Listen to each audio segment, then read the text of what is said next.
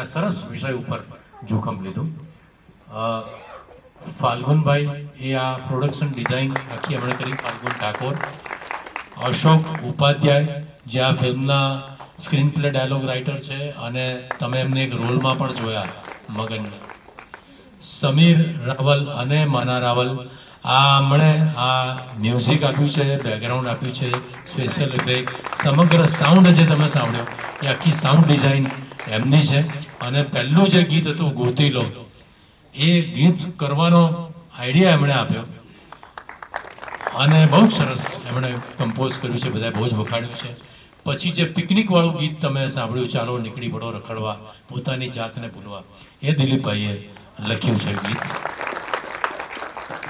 દીપેન રાવલ એમને તમે જોયા, એમણે પણ ઘણી બધી ફિલ્મોમાં સિરિયલોમાં કામ કરેલું છે અને છેલ્લો શો જે ઓસ્કારમાં ગઈ એ ફિલ્મમાં એમણે ખૂબ અગત્યની ભૂમિકા નિભાવી છે. એમના વાઇફ આ ફિલ્મમાં પણ એમના વાઇફ છે શ્વેતા રાવલ. દિવાન સાહેબ મેહુલ બુચની ઓળખાણ આપવાની જરૂર નથી.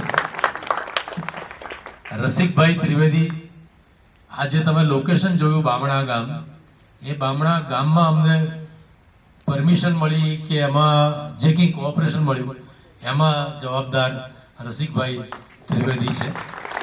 અમારા આર્ટ ડિરેક્ટર શૈલેષ ક્યાં ગયા?